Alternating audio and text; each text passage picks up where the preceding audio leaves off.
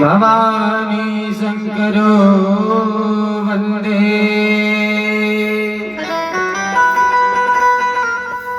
श्रद्धा विश्वास रूपिणो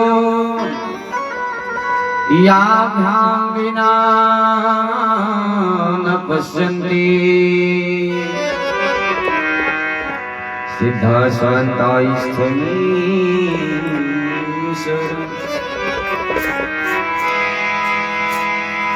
सच्चिदानंद रूपाय निःस्रोतपत्यादिहेतवे तापत्रये विनाशाय श्री कृष्णाय वयं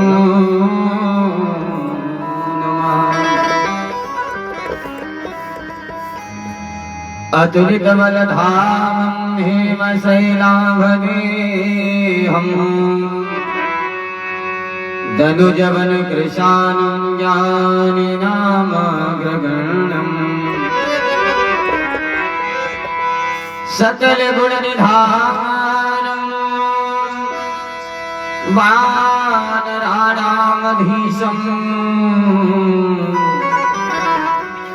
रघुपति प्रिय भक्तं वातजातं नमामि।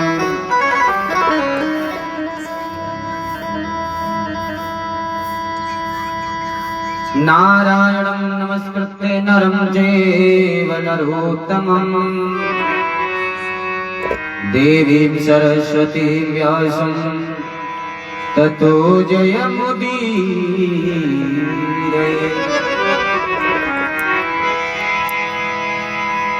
जय जय श्री राधारमण जय श्री कमल किशोर जय गोपी चित चोर प्रभु जय जय माँ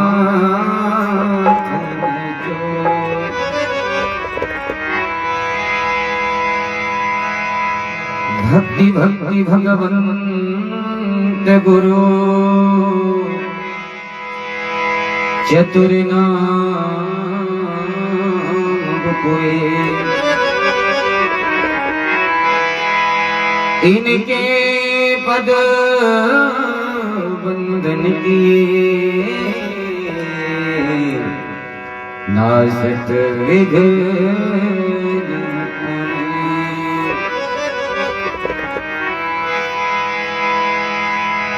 तो तुलसी तुलसी सब कहे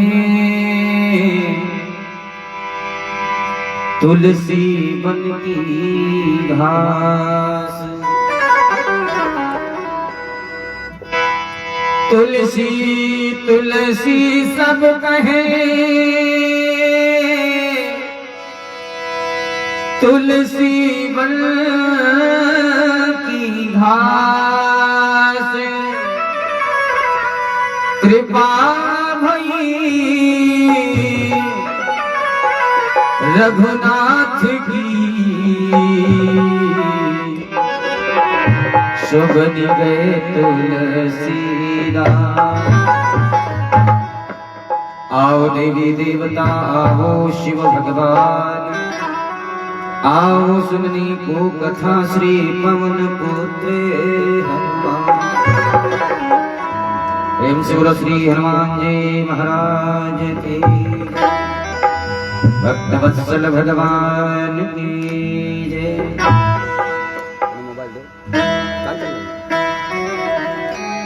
श्री सद्गुरुदेव भगवान की जय। आए बड़े भाव से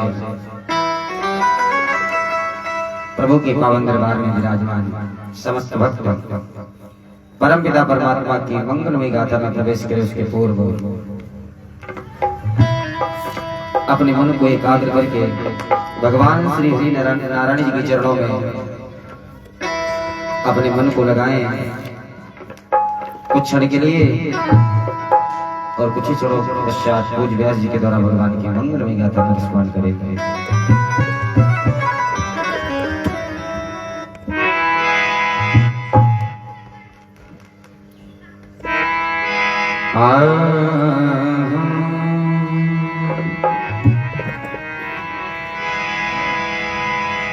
वृंदावन शोभन नहीं,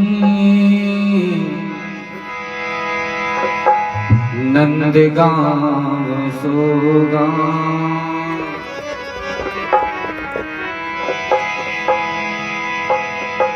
बंसी वट सोवट नहीं, कृष्ण नाम सोना।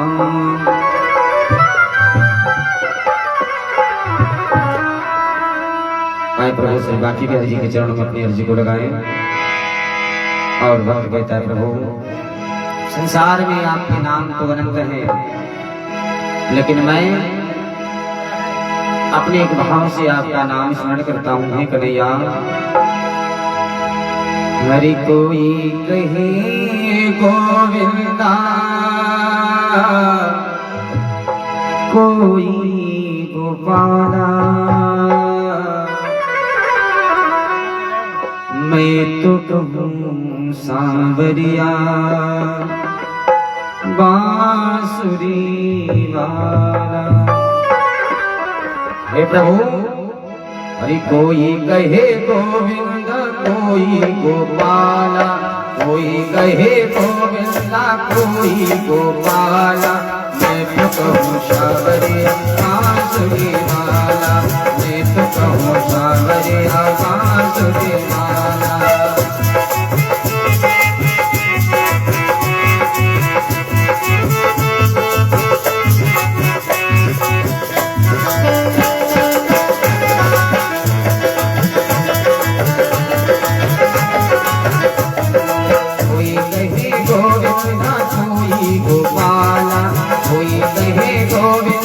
कोई गोपाला, मैं तो कहूँ सांवरिया बांसुरी वाला, मैं तो कहूँ सांवरिया बांसुरी वाला। गोविंदा गोपाला हो, गोविंदा गोपाला।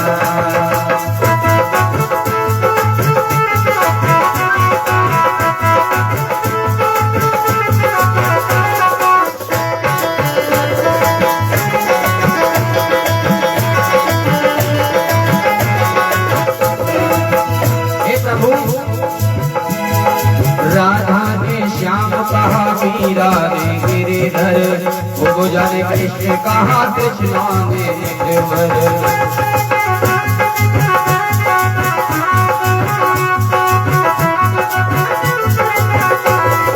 राधा ने श्याम कहा मीरा ने गिरिधर, वो जाने कृष्ण कहा कृष्णा ने नटवर। ग्वालों ने पुकारा था,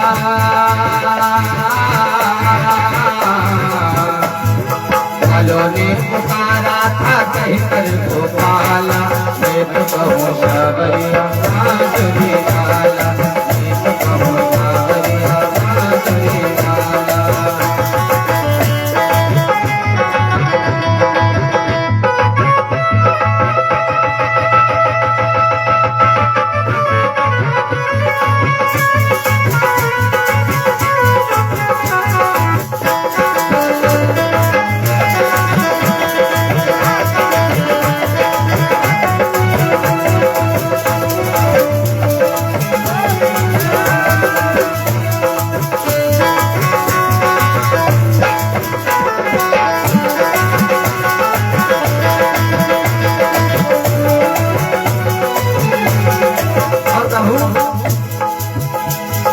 मैया तो कहती है तुमको कन्हैया, घनश्याम कहते हैं बलराम भैया।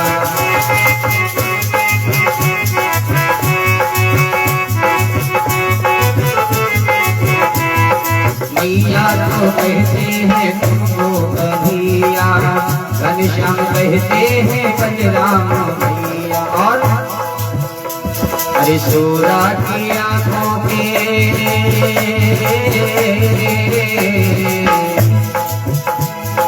सूरा की आंखों पे तुम हो उजाला, मैं तो कहूँ शबरी माधुरी लाला, मैं तो कहूँ शबरी माधुरी लाला।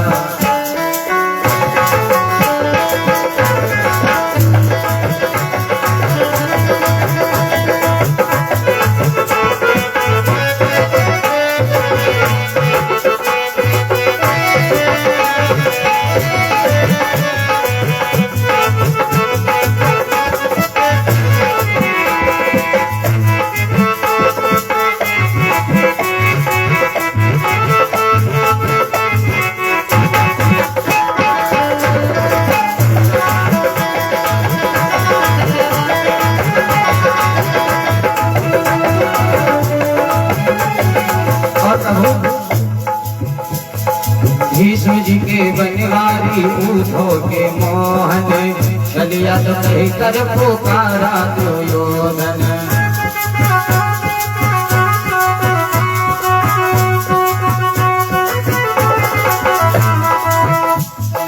भीष्म जी के बनवारी उठो के मोहन, चलिया तो कही कर पुकारा दुर्योधन। अरे कंस तो कहता था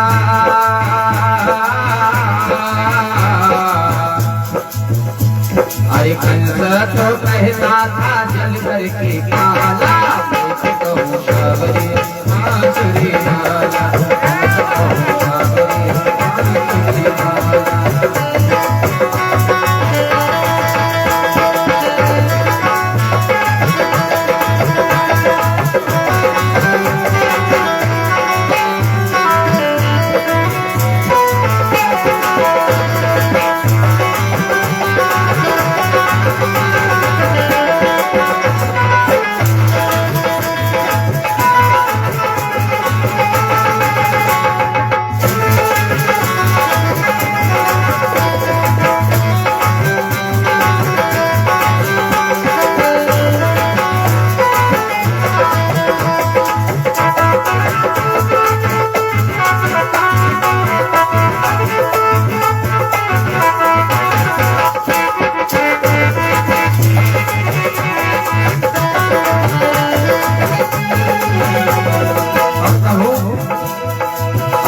युधिष्ठिर के ऊँटों के माधव, भक्तों के भगवान संतों के केशव।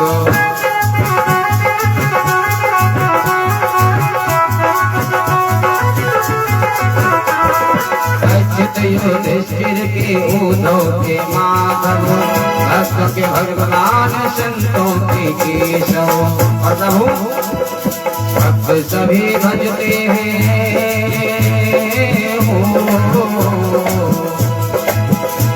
हरे भक्त सभी भजते हैं कहकर कृपाला, तो शबरी माधुरी लाला। कोई कहे गोविंदा कोई गोपाला, कोई कहे गोविंदा कोई गोपाला,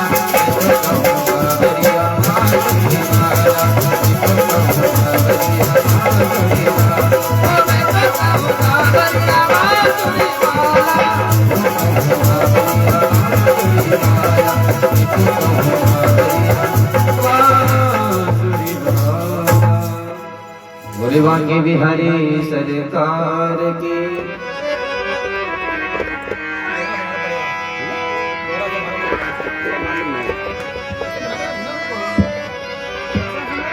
राधा राधा रटत ही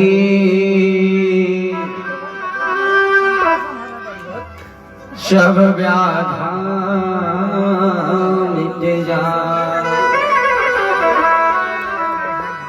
कोटि जन्म किया खुदा श्री राधा गाय सुजा।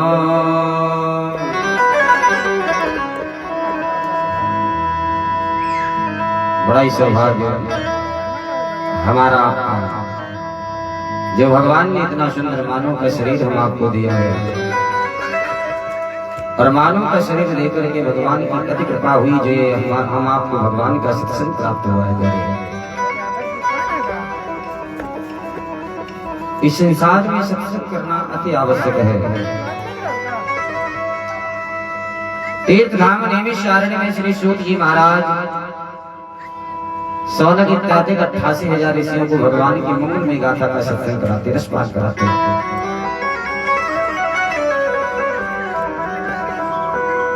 महाराज, ये जो भगवान की श्रीमद् भागवत महापुराण की कथा है, इस कथा में बताते 18,000 श्लोक, 335 अध्याय और 12 स्कंद कि ये पावन पुराण की रचना श्री वेदव्यास जी ने की है। भगवान की कथा तो अनंत है, भगवान की कथा का कोई पारावार नहीं कर सकता। हरि अनंत हरि कथा अनंता, कहाँ ही सुनहि बहुविधि सब संगा। भगवान की कथा तो अनंत है, भगवान की लीला अनंत है, कहाँ तक बताया जाए। हमारा का पूरा जीवन खत्म हो जाएगा, लेकिन भगवान की कथा कभी समाप्त नहीं होती। गंगा जी के पावन तट पर सुप्रताल क्षेत्र में श्री सुखदेव जी महाराज राजा परीक्षित को भगवान की मंगलमय गाथा का रसपान कराते। राजन,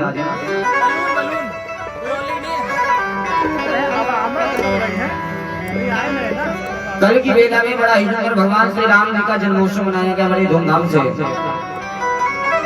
और आज भगवान श्री बांके बिहारी जी का जन्मोत्सव मनाया जाएगा बड़ी धूमधाम से। लेकिन जरा ये विचार करें, आखिर उस परमपिता परमात्मा को इस धराधाम पर क्यों आना पड़ता है? क्या कारण है जो भगवान इस धराधाम पर अवतार लेकर आते हैं? और नर लीला करने के लिए भगवान गर्भ में आने की भी लीला करते हैं। लेकिन भगवान तो अजन्मा है, उनका कभी जन्म नहीं होता, वो तो प्रकट होते थे। प्रकट कृपाला दीन दयाला कौशल्या हितकारी। तो सुखदेव जी से राजा परीक्षित ने कहा, भगवान ये बताओ, आखिर जब वो परमपिता परमात्मा स्वयं इतने सामर्थ्यवान हैं, जिनकी इच्छा मात्र से संसार का लय हो सकता है, तो उनको फिर इस धराधाम पर नर लीला करने के लिए क्यों आना पड़ता है? तो सुखदेव जी महाराज पहला कारण बताते राजन कि जब जब हो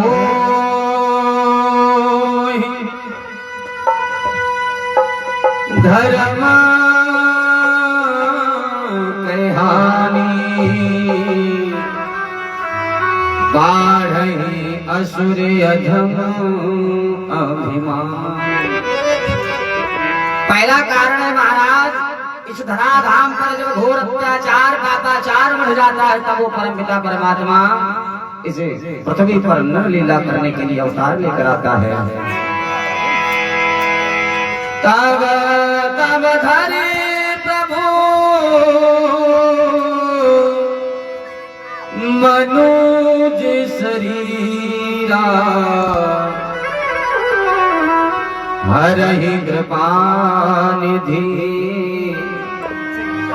सज्जन पीरा। पहला कारण जब पृथ्वी पर घोर अत्याचार पापाचार बढ़ जाता है, और दूसरा कारण भगवान किन किन के लिए इस धराधाम पर अवतार लेकर आते हैं। तो सुखदेव जी महाराज कहते हैं, राजन दूसरा कारण श्रवण करेंगे। विप्रधेनु सुरसंतहित लीन मनुज अवतार, और निज इच्छा निर्मित तन माया गुण गोपाल। नाराज विप्र यानी ब्राह्मण की रक्षा के लिए, धेनु गाय, सुर माने देवता और संतों के हित के लिए, संतों की रक्षा करने के लिए वो परम पिता परमात्मा इस धराधाम पर अवतार लेकर आता है। और यहाँ तक इतना ही नहीं, भगवान ने किसी को आशीर्वाद दिया है, किसी को श्राप लगा है, किसी ने भगवान को भी आशीर्वाद दिया है, भगवान को श्राप दिया है। उसके कारण भगवान को अवतार लेकर आना पड़ता है। राजा परीक्षित ने कहा, महाराज क्या कभी भगवान को भी किसी ने श्राप दिया है? तो सुखदेव जी ने कहा, राजन हाँ, एक बार गंगा ने भी भगवान को श्राप दे दिया, एक बार देवर्षि नारद बाबा ने भी भगवान को श्राप दे दिया, उसके लिए भी भगवान को आना पड़ा। वृंदानारद ने दिया साप क्रोध बस आए, तेहि कारण नर्तन धरो और सुनो जितला। श्राप काहे दे दिया? एक बार देवर्षि नारद बाबा का हो गया, देवर्षि नारद बाबा को अभिमान इस बात का हो गया कि मैंने काम पर विजय प्राप्त कर ली। सुखदेव जी महाराज कहते, राजा परीक्षित भगवान का एक नाम है गर्भा आहारी, गर्भ का भक्षण करने वाले। भगवान किसी का गर्भ नहीं, अभिमान नहीं रखते, चाहे जिस किसी को भी अभिमान आ जाए भगवान उसका अभिमान चूर चूर कर देते। देवर्षि नारद बाबा को अभिमान हो गया कि उन्होंने काम पर विजय प्राप्त कर ली। अब तो महाराज अपने पिता ब्रह्मा जी के पास देवर्षि नारद बाबा पहुंच गए। जब देवर्षि नारद बाबा पहुंचे, पिताजी से कहा, पिताजी आज मैंने बहुत एक विजय प्राप्त कर ली है। ब्रह्मा जी ने पूछा, कौन सी विजय प्राप्त की? देवर्षि नारद बाबा ने कहा, पिताजी मैंने काम पर विजय प्राप्त कर लिया। ब्रह्मा जी ने कहा, पुत्र तुमने मुझसे कह दिया सो कह दिया, लेकिन ये बात नारायण जी से मत कहना। देवर्षि नारद बाबा ने मन में विचार किया, लगता है पिताजी हमारे इस काम से प्रसन्न नहीं हुए। आ गए भगवान श्री हरि नारायण जी के पास, क्षीर सागर में जहाँ पर भगवान शयन कर रहे हैं। प्रणाम किया। भगवान ने कहा, देवर्षि बताओ किस लिए आना हुआ? देवर्षि नारद बाबा ने कहा, प्रभु आज मैंने एक बहुत बड़ी जीत हासिल कर ली है। भगवान ने कहा, कौन सी जीत हासिल कर ली नारद? देवर्षि नारद बाबा ने कहा, प्रभु मैंने कामदेव पर विजय प्राप्त कर ली है। अब भगवान मुस्कुराए और कुछ नहीं बोले। देवर्षि नारद बाबा ने देखा कि लगता है नारायण जी को भी हमारी इस विजय पर प्रसन्नता नहीं आई। देवर्षि नारद बाबा वहां से वापस आ रहे तो भगवान ने अपनी लीला रच दी। बिरज हूँ मग महु नगर एक शतयोजन विस्तार। भगवान की माया, देवर्षि नारद बाबा इधर से जा रहे हैं, भगवान ने माया से एक नगर तैयार कर दिया जिसके राजा हैं शीलनिधि, और उन्हीं के यहाँ एक सुंदर कन्या है जिसका नाम है विश्वमोहिनी। अब तो देवर्षि नारद बाबा जी उस नगर में पहुंचे हैं। इतना सुंदर नगर बना है। शीलनिधि राजा ने सुना कि देवर्षि नारद बाबा आए हैं तो उनको दरबार में बुलाया है। देवर्षि नारद बाबा को आसन दिया और फिर बैठ गए। महाराज आपको ज्योति, आपको हस्तरेखा का विशेष ज्ञान है, इसलिए महाराज क्या आप हमारी कन्या की हस्तरेखा को देखकर कुछ बतलाएंगे कि आखिर हमारी कन्या जो है उसके भविष्य में क्या लिखा है? ज्यों ही विश्व मोहिनी आई है देवर्षि नारद बाबा के सामने, देवर्षि नारद बाबा ने ज्यों ही देखा है उसकी हस्तरेखा को, तो देवर्षि नारद बाबा की बुद्धि बिगड़ गई। उस कन्या की रेखा में लिखा तो कुछ और है, लेकिन देवर्षि नारद बाबा सोच कुछ और रहे हैं। उसकी हस्तरेखा में लिखा है कि जो यही मरे अमर सोई हो,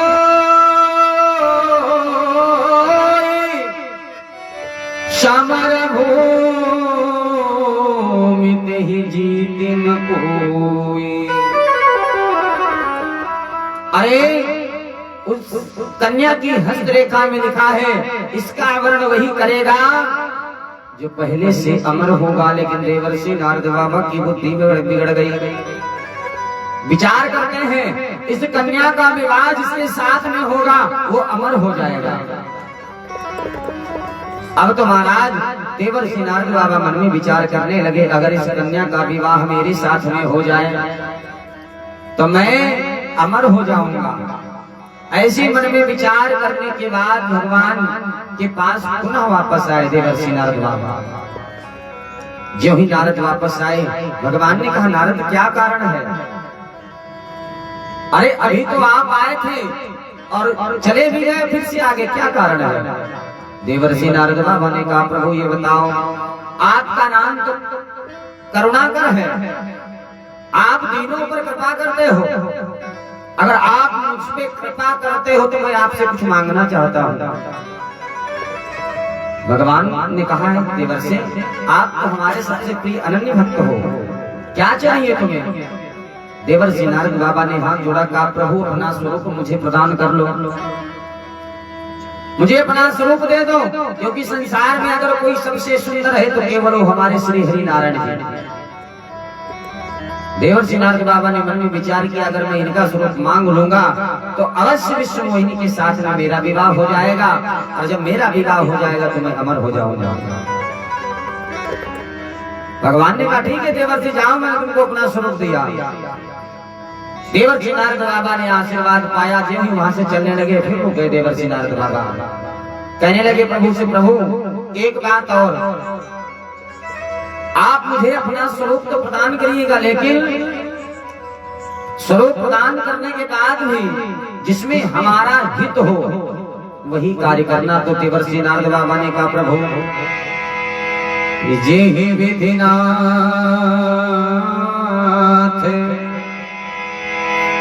होई हित मोरा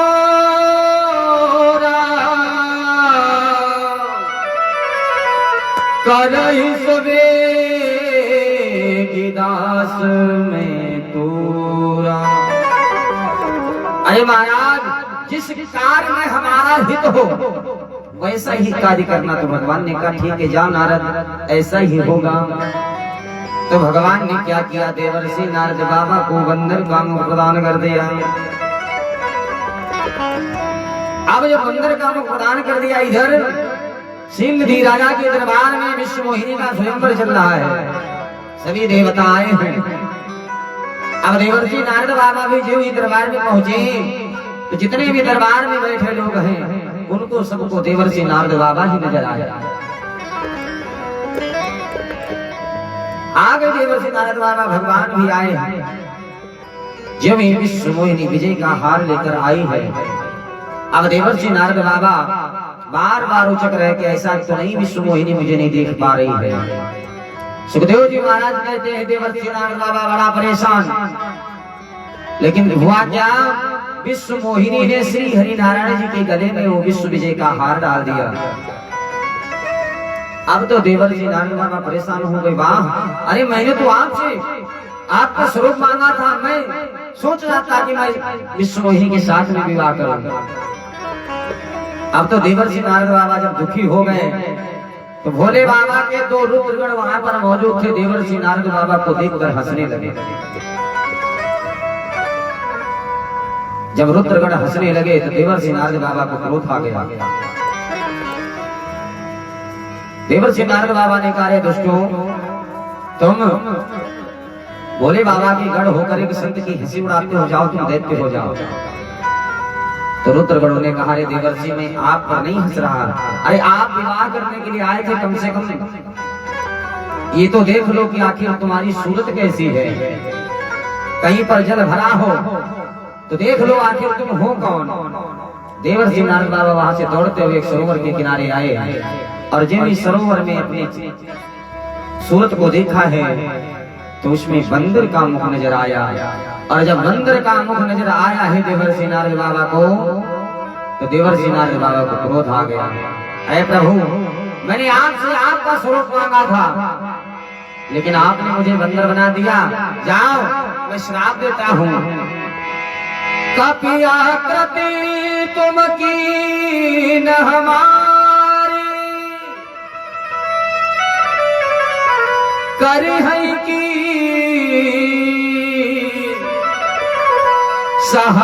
सहाय तुम्हारी। जाओ, मैं तुम्हें श्राप देता हूँ। जिस तरह नारी के विरह में मैं आज रो रहा हूँ और नारी के लिए तुमने मुझे बंदर का मुख प्रदान किया है, बंदर बना दिया है, इसलिए जाओ, मैं श्राप देता हूँ। एक दिन ऐसा आएगा कि तुम भी अपनी नारी के लिए परेशान होगे, रोगे, और जब तुम आया है तो यही बंदर तुम्हारी सहायता करेंगे।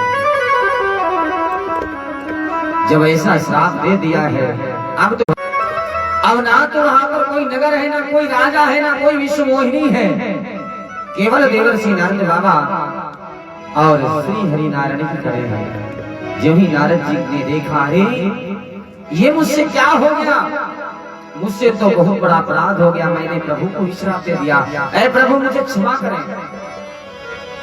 भगवान ने कहा, देवर्षि ये तुमने कुछ नहीं किया है, मम इच्छा कहे दीन गया।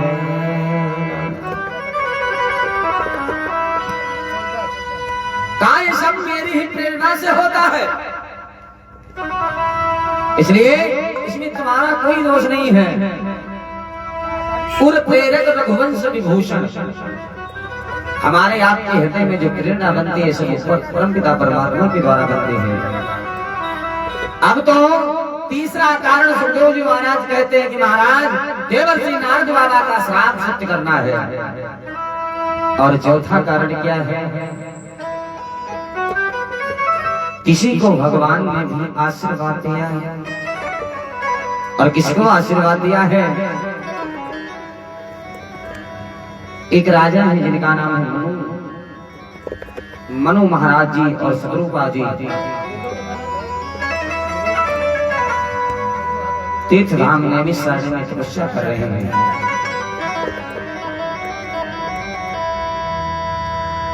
कई हजार वर्षों तक मनु और सतरूपा जी ने तपस्या किया है। तीर्थवर नैमिष विख्याता अति पुनीत साधक सिद्धिदाता। तीर्थधाम नैमिषारण्य में मनु और सतरूपा जी महाराज तपस्या कर रहे हैं, काहे के लिए कि कब भगवान के दर्शन हो जाए। जब मनु और सतरूपा जी महाराज तीर्थधाम नैमिषारण्य में पहुंचे तो जितने भी बड़े बड़े संत सब पहुंच गए। अरे महाराज, आपको यहाँ पर आने की क्या आवश्यकता है, अरे आप बताते मैं स्वयं चलकर आ जाता। मनु सतरूपा जी ने कहा, नहीं संतों, मैं यहाँ पर उस परमपिता परमात्मा को प्राप्त करने के लिए आया हूँ, इसलिए कोई ऐसा मंत्र हो तो बताओ जिससे वो परमपिता परमात्मा शीघ्र ही मुझे प्राप्त हो जाए।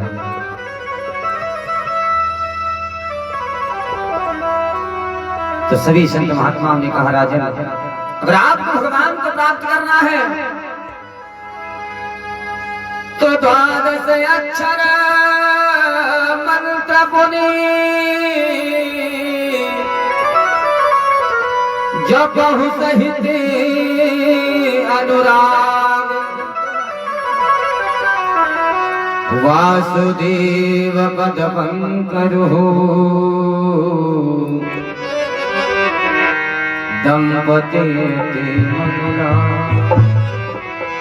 कहा द्वार अक्षर का मंत्र मैं दे रहा हूं, इस मंत्र का नित्य जाप करो और इस मंत्र के जपने से वो परमपिता परमात्मा स्वयं मिलेगा, प्राप्त होगा।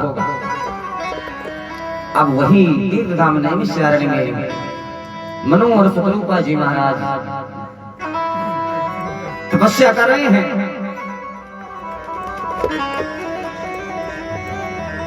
इतनी घोर तपस्या की है, सभी तीनों देवता प्रसन्न हो गए।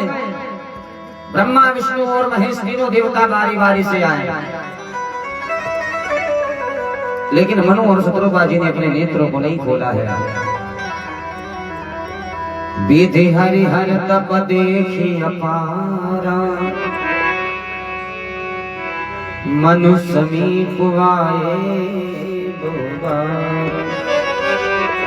विधि माने ब्रह्मा जी, हरि माने भगवान विष्णु, हर माने शंकर जी। तीनों देवता बारी बारी से आए, लेकिन मनु और शत्रुपा जी ने नेत्रों को नहीं खोला है।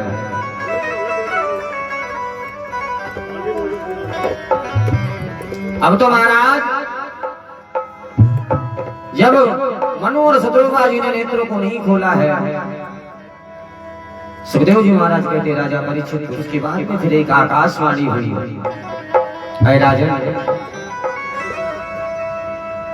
तुम्हारी तपस्या पूर्ण हुई, वरम दो ही वरदान मांग लो। जब इतनी मधुर आवाज मनु और शत्रुपा जी के कानों तक पहुंची है, तो मनु और शत्रुपा जी ने नेत्रों को खोला है, तो क्या देखा है कि सामने कोई दिखा नहीं है। मनु शत्रुपा जी ने मन में विचार किया कि कौन है जो इतनी सुंदर आवाज में आकाशवाणी हुई। फिर से आकाशवाणी हुई, राजन तुम्हारी तपस्या पूर्ण हुई, वरम करो ही वरदान मांग लो। मनु शत्रुपा जी ने कहा प्रभु यदि आप हमारी तपस्या से प्रसन्न है तो महाराज पहले तो मैं आपका दर्शन करना चाहता हूँ, क्योंकि जो आपकी आवाज इतनी मधुर है, जब आवाज इतनी मधुर है तो आपका स्वरूप कितना सुंदर होगा। तो पहले तो मैं आपका दर्शन करना चाहता हूँ प्रभु, और मैं दर्शन उस स्वरूप में करना चाहता हूँ जो भगवान भोले बाबा नित्य प्रति अपने ध्यान में लाते हैं,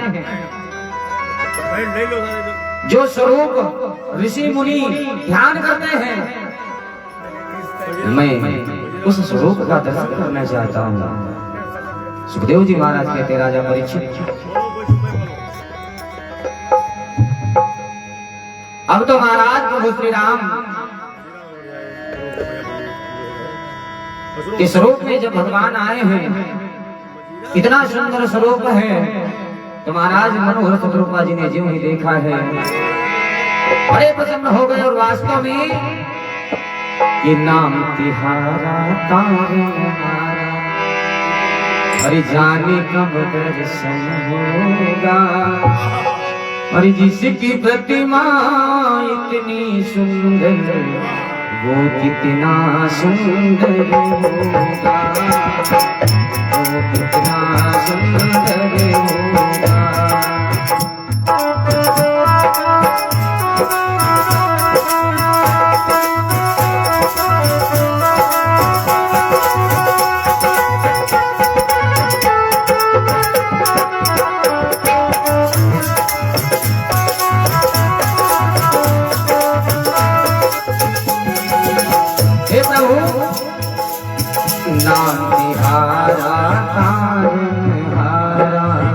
जाने कब दर्शन होगा, नाम तिहारा तारनहारा, जाने कब दर्शन होगा, जिनकी प्रतिमा इतनी सुंदर वो कितना सुंदर होगा, वो कितना सुंदर होगा।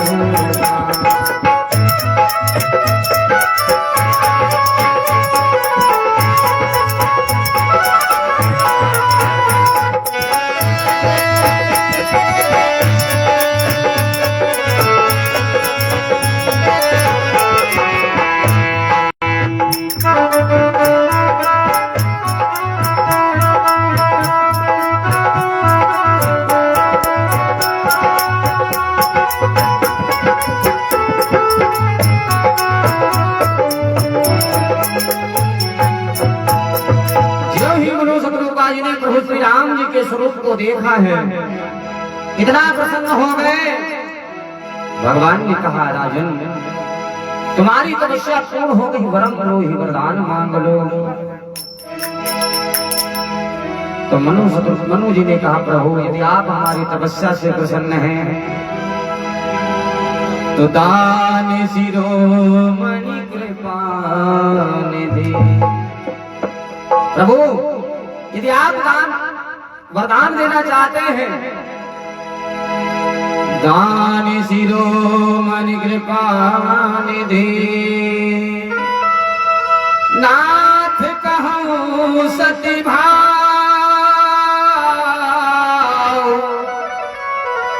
चाहूँ तुम्हें समान सुत, प्रभु सदिकम दुराऊ। अरे प्रभु, अगर आप मुझे वरदान देना चाहते हैं तो मैं आपके समान पुत्र चाहता हूँ। भगवान ने कहा, ऐ राजन मैं अभी अपने समान पुत्र कहाँ ढूंढूंगा जाके, आप सर से खोजूं कहाँ जाए, न पतवत न यहोव में आई, न पतवत न यहोव में आई। अरे राजन अभी समय है, ये आपकी इच्छा अभी नहीं पूर्ण होगी। आगे जब त्रेता युग आएगा और त्रेता युग में तुम राजा दशरथ बनकर आओगे, तब ये इच्छा आपकी अवश्य पूर्ण होगी। रानी शतरूपा के पास गए तो रानी शतरूपा ने भी यही कहा, प्रभु जो हमारे स्वामी ने वरदान मांगा है वही वरदान हमको भी अति प्रिय लगा है, इसलिए जो हमारे स्वामी ने वर मांगा है मैं भी वही वर चाहती हूँ, मैं भी आपके समान ही पुत्र चाहती हूँ। भगवान ने कहा, ठीक है जाओ, अभी नहीं, जब आगे त्रेता युग आएगा और त्रेता युग में तुम रानी कौशल्या बनकर आओगी, तब मैं आपके यहाँ पुत्र बनकर आऊंगा। प्रेम से बोलो भक्तवत्सल भगवान की जय। ऐसा वरदान दिया है। और एक और राजा रानी तपस्या कर रहे हैं। कौन है? कनकलता और हरिदेव जी महाराज। मनु सतरूपा हरि लमलाही, कनकलता हरिदेव। कनकलता हरिदेव जी की भी तपस्या पूर्ण हो गई। भगवान ने कनकलता हरिदेव जी से कहा, तो कनकलता हरिदेव जी ने भी क्या वरदान मांगा है, प्रभु अगर आप हमारी तपस्या से प्रसन्न हैं तो मुझे ये वरदान दो कि मेरे घर में आदि शक्ति जगत जननी मैया अवतार ले और आप हमारे यहाँ जामाता बनकर आवे।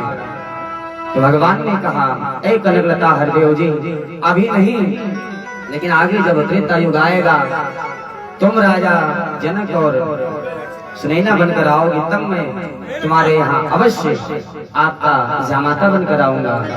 ऐसा वरदान भगवान ने दिया है। प्रेम से बोलो भक्तवत्सल भगवान की जय। आए छोटा सा भजन सुनो, उसके पश्चात हमारे भोज व्यास के द्वारा भगवान की बड़ी मंगलमय गाथा का रसपान करेंगे। इस जीवन में हम आपको चिंता करने की आवश्यकता नहीं है।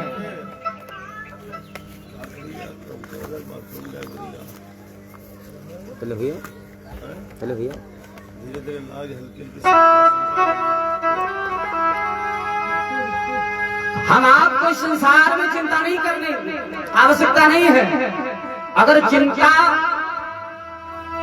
करोगे तो जीवन बेकार हो जाएगा। अगर कुछ करना है तो चिंतन करें, और चिंतन किसका?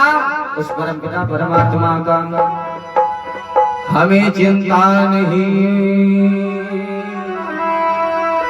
हमें चिंता नहीं उनकी, उन्हें चिंता हमारी है। हमारे नाम के रक्षक सुदर्शन चक्रधारी। अरे जिसने अपने जीवन की डोर भगवान के हवाले कर दी तो फिर उसे किसी बात की चिंता। हमारे साथ श्री रघुनाथ तो किसी बात की चिंता। अरे जिसके साथ सदैव भगवान हो जाए, भगवान को अपना कर ले, उसे किस बात की चिंता करनी। चिंतन अगर होना चाहिए तो केवल परम पिता परमात्मा का। तो एक भक्त कहता है प्रभु से, प्रभु अब मुझे इस संसार में रहकर केवल अगर चिंता करनी है, चिंतन करना है, तो बस आपका चिंतन, आपकी चिंता ही करनी है, क्योंकि इस संसार की अब मुझे चिंता नहीं है। भक्त कहता है, प्रभु हर चिंता करे बलाए हमारी, हर चिंता करे बलाए हमारी। हे प्रभु अरे इस माया जंजाल की, अरे बलिहारी बलिहारी बोलो गिरधारी गोपाल की, बलिहारी बलिहारी बोलो गिरधारी गोपाल की।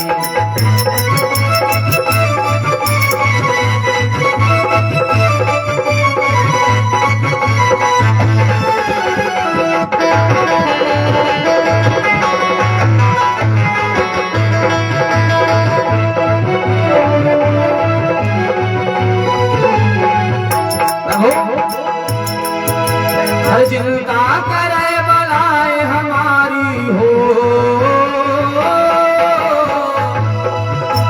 चिंता करे बलाए हमारी इस माया जंजाल की।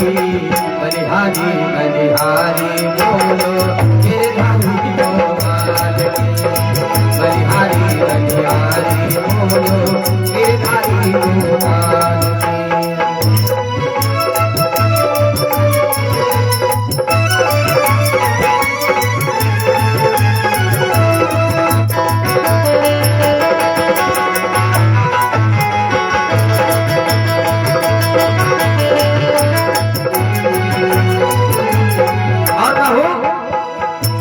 संसार की हमें नहीं चिंता करना है, क्योंकि जिस मालिक ने जन्म दिया है अन्न वस्त्र भी वो देगा।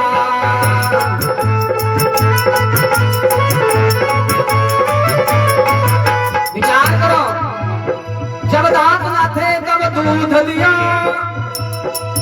अब दांत है तो अन्न भी देंगे।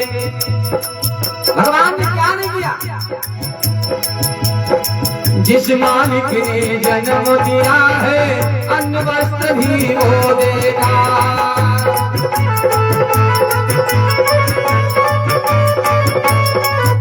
और सिर ढकने को छत भी देगा, खबर हमारी भी लेगा।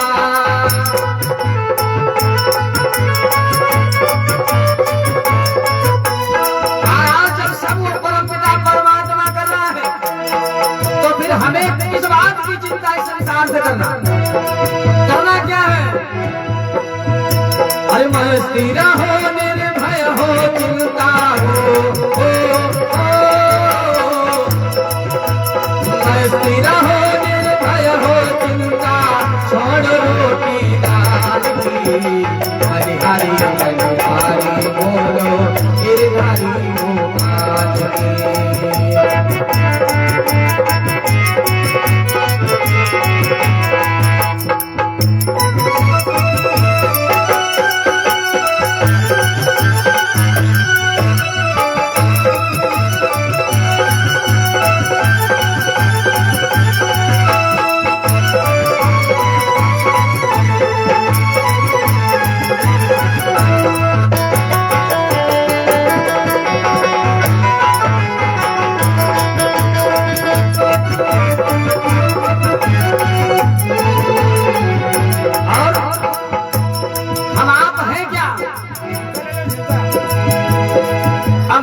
आत्मा अविनाशी है, नाशवान ये काया है।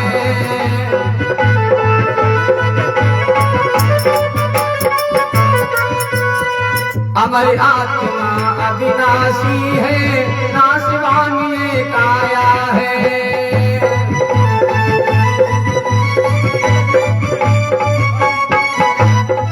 चढ़ो करके चेतन भाखे, यही प्रभु की माया है।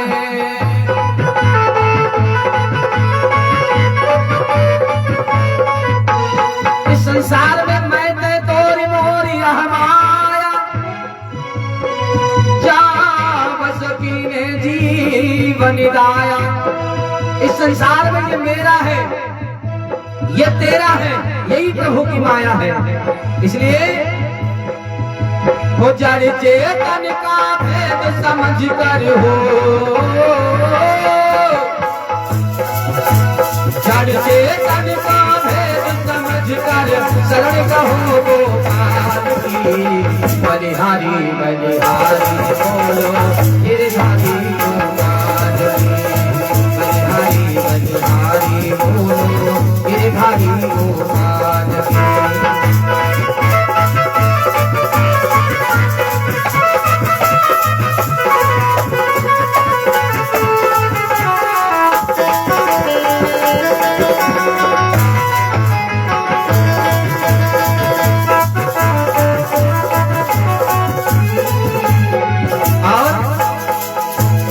जो हमारे आपके भाग में लिखा होगा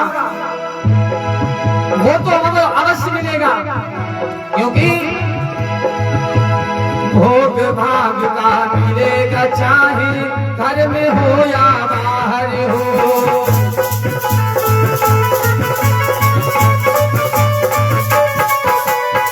भोग भाग का मिलेगा, चाहे घर में हो या बाहर हो।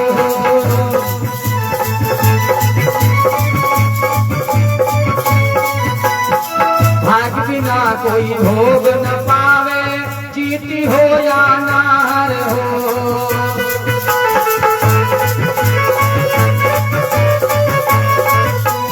क्योंकि बिना भाग के हम आपको कुछ नहीं मिलता है। अरे शांति रहो हर हाल में इच्छा हो,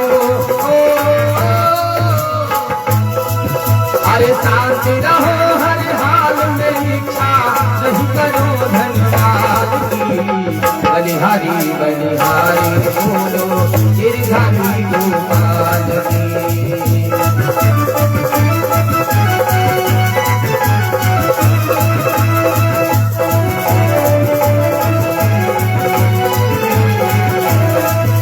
वो चिंता करे बलाए हमारी हो, चिंता करे बलाए हमारी, इस माया जंजाल की। बलिहारी बलिहारी बोलो गिरधारी गोपाल की। बलिहारी बलिहारी बोलो गिरधारी गोपाल की। हाँ, बलिहारी बलिहारी बोलो गिरधारी गोपाल की। प्रेम से बोलो भक्त वत्सल भगवान।